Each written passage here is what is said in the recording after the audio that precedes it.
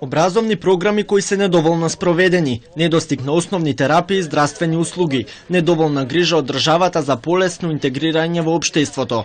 Ова се дел од проблемите на децата со посебни потреби кои ги посочуваат невладините што се занимаваат со оваа проблематика.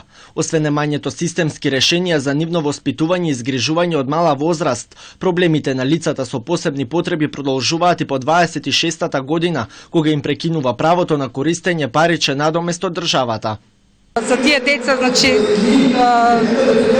голем проблем настанува после нивната 26-та година, што нема кој да им помогне. Едноставно, државните центри се вклучени децава, до својата 26-та година, после тоа родителите мака мачат. И јас сум еден од тие родители што има дете со посебни потреби.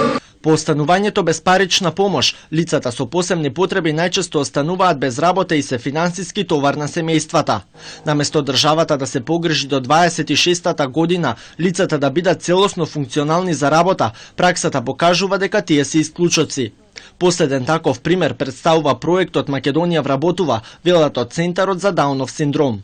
Ние како здружение се јавуваме во Министерството, се распрашуваме која е процедурата, какви документи треба родителите да поднесат, каде да аплицираат и се е тоа нејасно, од никого не можеме да добиеме информација и сметам дека целиот тој системски недостаток на комуникација ја влошува состојбата и на семејствата и на лицата со Даунов синдрома и било какво попречено. И нешто кога се прави, тоа се прави нецелосно и недоволно. Денеска на Светскиот ден на хуманоста, Сдруженијето на граѓани Младите можат организираше настан со настапи на деца со интелектуална попреченост и подигање на свеста за емоционалната интелигенција.